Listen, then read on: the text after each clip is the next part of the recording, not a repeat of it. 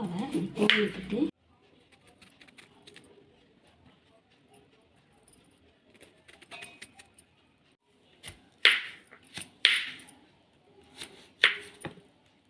வேர்க்கடலை இதை நல்லா வறுத்து எடுத்துக்கலாம்.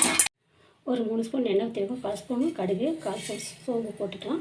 சொரக்காய், ஒரு 2 வெங்காயம், ஒரு தக்காளி, ஒரு 1/4 ஸ்பூன் இஞ்சி பூண்டு பேஸ்ட்டு இதை சேர்த்து நல்லா வதக்கிக்கலாம். போட்டுக்கலாம். நல்லா வதக்கி விட்டுக்கலாம். இப்போது வதக்கிட்டு தேவையான அளவு தண்ணி சேர்த்துக்கோங்க.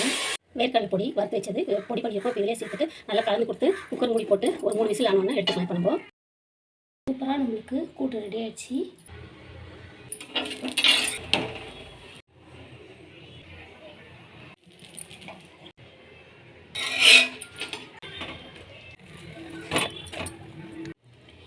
இது எல்லா வெரைட்டி கூடவும் இது தொட்டுட்டு சாப்பிட்லாம். ரொம்ப டேஸ்ட்டாக இருக்கும்.